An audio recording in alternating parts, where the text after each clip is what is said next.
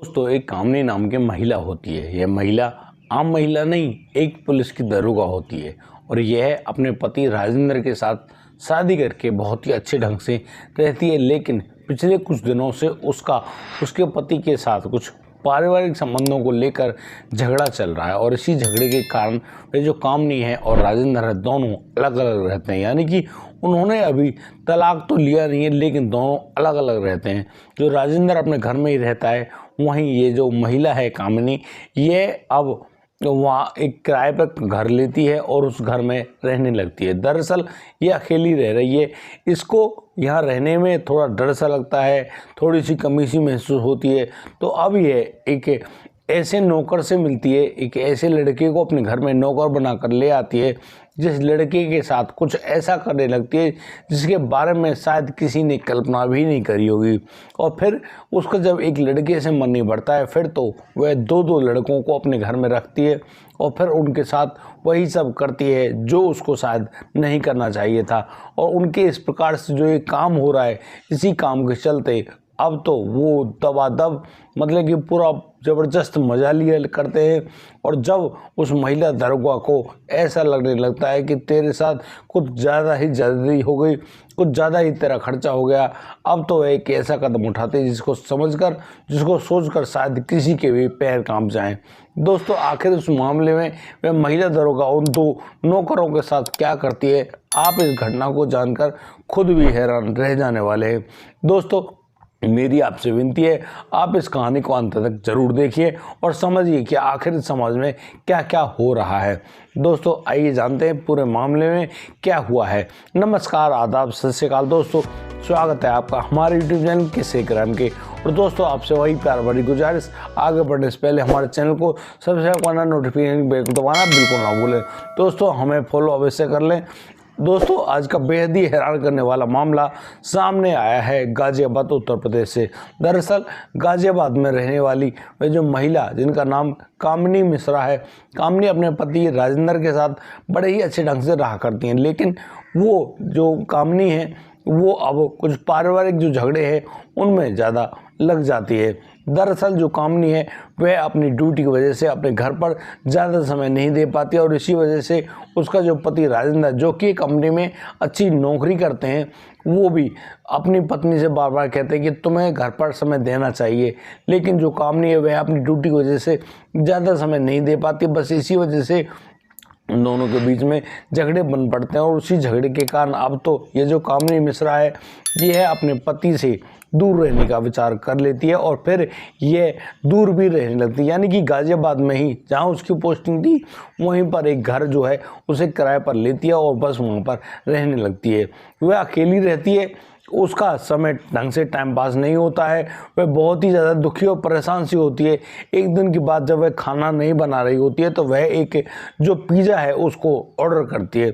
दोस्तों उस पिज़्ज़ा को डिलीवरी देने आया जो लड़का है उसका नाम होता है गजेंद्र नाम का वह लड़का, जो दिखने में काफ़ी ज़्यादा सुंदर था, नई उम्र का लड़का। उस लड़के को देखकर वह कामिनी उससे कहती कि अरे तुम कौन हो भाई।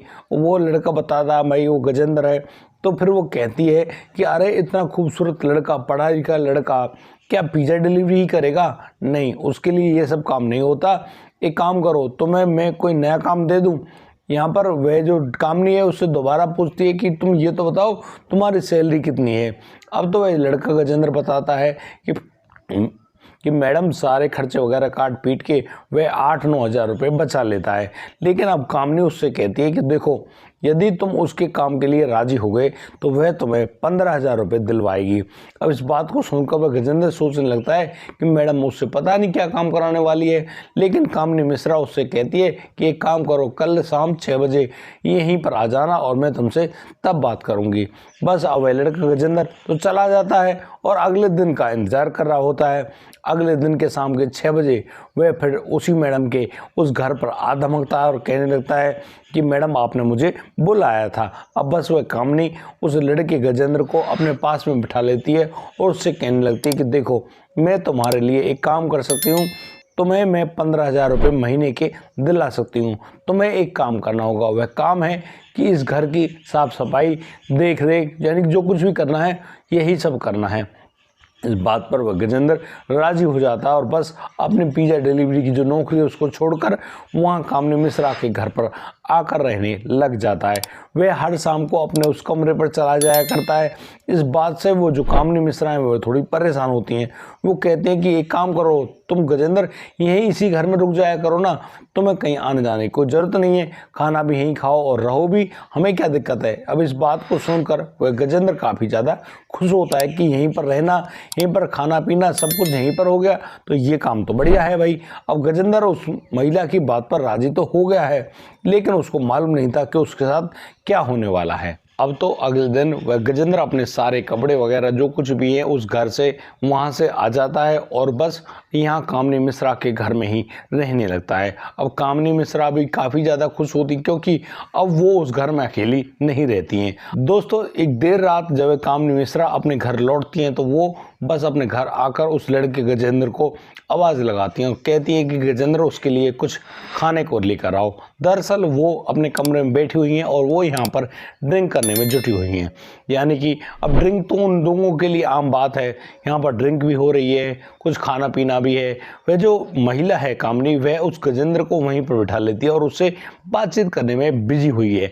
यानी कि वो उससे पूछ रही कि तुम कितने बहन भाई हो, क्या करते हो, क्या नहीं करते हो। तो यहाँ पर वह जानकारी जुटा देती है कि जो गजेंद्र है वह उसके घर में इकलौता लड़का है, उसकी 3 बहनें हैं, उनकी शादी अभी हुई नहीं है और वह अपनी बहनों की शादी के लिए भी और अपनी पढ़ाई जारी रखने के लिए भी कमा रहा है। इस बात को सुनकर वह जो कामिनी है वह उससे बहुत ही ज़्यादा खुश होती है और वह कहती है कि एक काम करो गजेंद्र, मैं आज तुम्हें कुछ एक्स्ट्रा देना चाहती हूँ। दरअसल वह जो कामिनी मिश्रा हैं वो अपने एक पर्स मंगवाती हैं और उस पर्स में से करीब 2000 रुपये निकाल कर उस लड़के गजेंद्र के हाथ में देती है और कहती हैं कि ये लो, आज की रात के लिए तुम्हारे लिए इतने पैसे काफ़ी हैं। अब बस इस बात को सुनकर बड़ी ही हैरानी से वह गजेंद्र उस मैडम के चेहरे की तरफ देख तो रहा है, लेकिन वह समझ नहीं पा रहा है आखिर वो मैडम उससे क्या चाहती हैं। दोस्तों, यहाँ पर जब कामिनी मिश्रा अपनी जो ड्रिंक वगैरह उसको पूरा कर चुकी होती है, फिर तो वह खड़ी होती हैं और उस कमरे का दरवाज़ा अंदर से बंद कर देती हैं और बस गजेंद्र से कहने लगती हैं कि गजेंद्र वो जो रस्सी के टुकड़े हैं उनको उठाकर लाओ। अब तो गजेंद्र अपनी मैडम की बात तो सुनता ही है और अब गजेंद्र उन रस्सी के टुकड़ों को उठाकर लाता है और बस वह अपनी मैडम के पास पहुंचकर उससे कहने लगता है कि हाँ बताइए क्या करना है। अब तो वह मैडम कहती है कि उसके हाथ पैरों को बेड से बांध दीजिए और उसके सारे कपड़े निकाल दीजिए। दरअसल आज उनको शारीरिक सुख लेना है क्योंकि उन्हें शारीरिक सुख लिए उनके पति से बहुत लंबा समय हो गया है, क्यों ना आज इस सुख को तुम दो। इस बात को सुनकर वह गजेंद्र काफ़ी ज़्यादा डर जाता है और कहने लगता है कि मैडम वह ऐसा कुछ भी नहीं कर पाएगा, आप उसको गलत रास्ते में धकेल रही हो। तो यहाँ पर वह मैडम जो कि शराब के नशे में होती हैं वो कहती कि नहीं गजेंद्र, मैंने आपको पैसे दिए हैं, आपको आज रात तो उसे खुश करना ही होगा। बस फिर क्या था, वह जो मैडम है वह अपने सारे कपड़े को निकाल देती है, उसका चमकीला बदन साफ देखने लगता है और अब वह जो मैडम है अपने हाथों को खुद ही उस बेड से बांधने का प्रयास करने लगती है।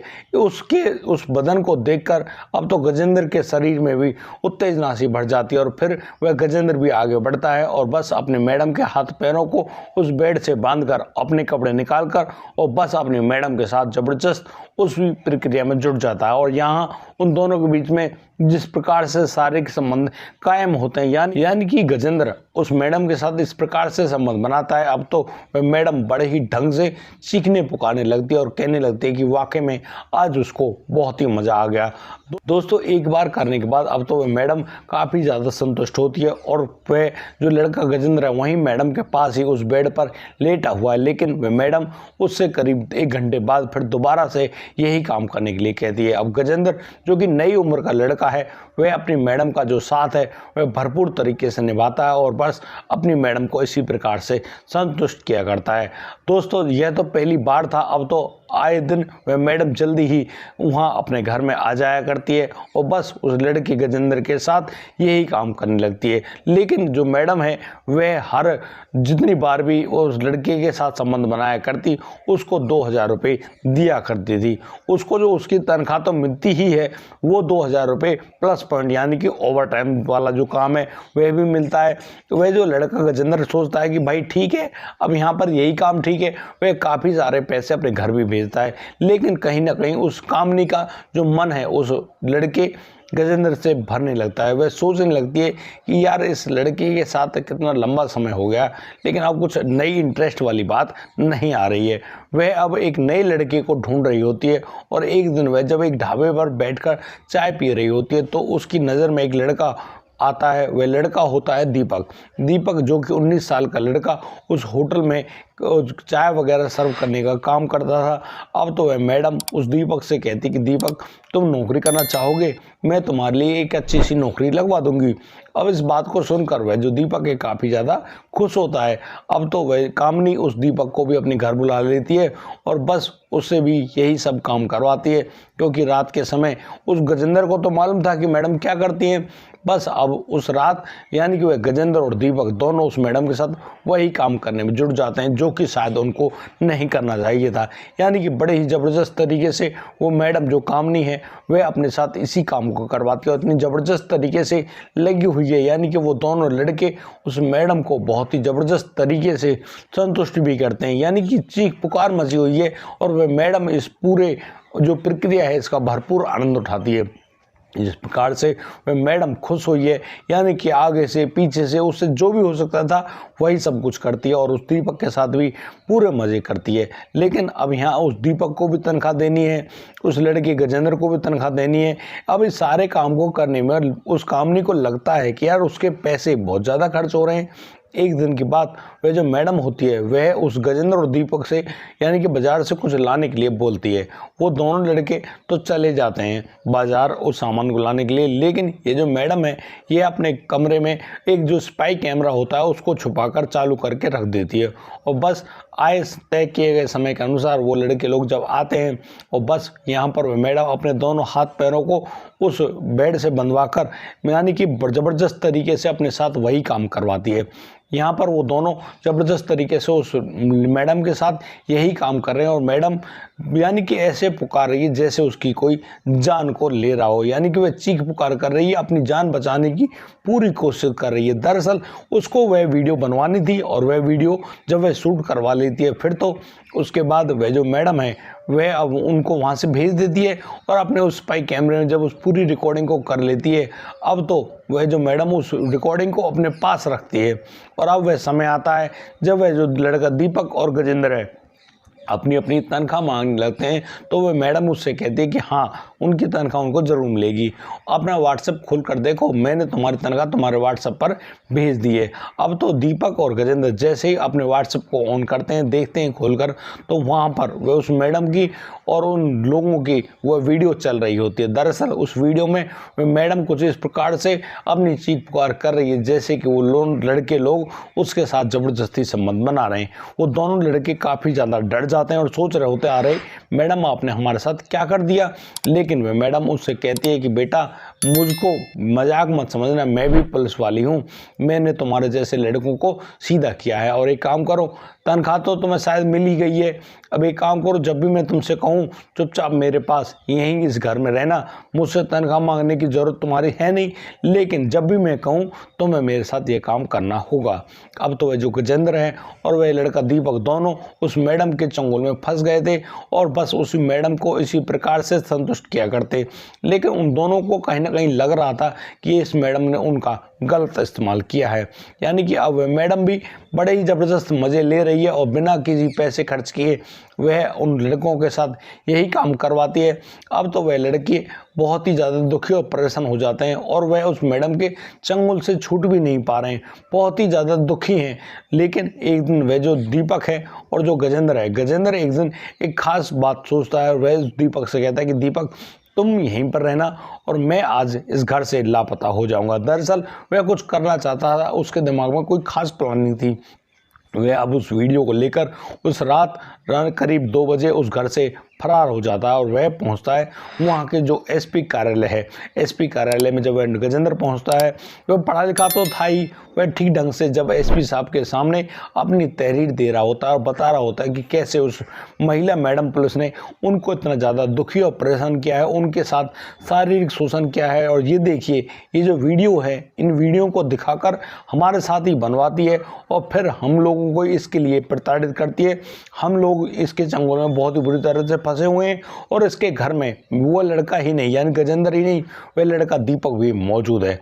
अब तो जब पुलिस के सामने ये पूरी कहानी आ गई है, अब तो एसपी साहब उस महिला जो दरोगा हैं उनको अपने पास, यानी कि कामिनी मिश्रा को एसपी साहब कार्यालय में बुलाया जाता है और जब उनसे पूछा जाता है कि क्या तुमने उस गजेंद्र नाम के लड़के और उस दीपक नाम के लड़के के साथ इतना बुरा काम किया है।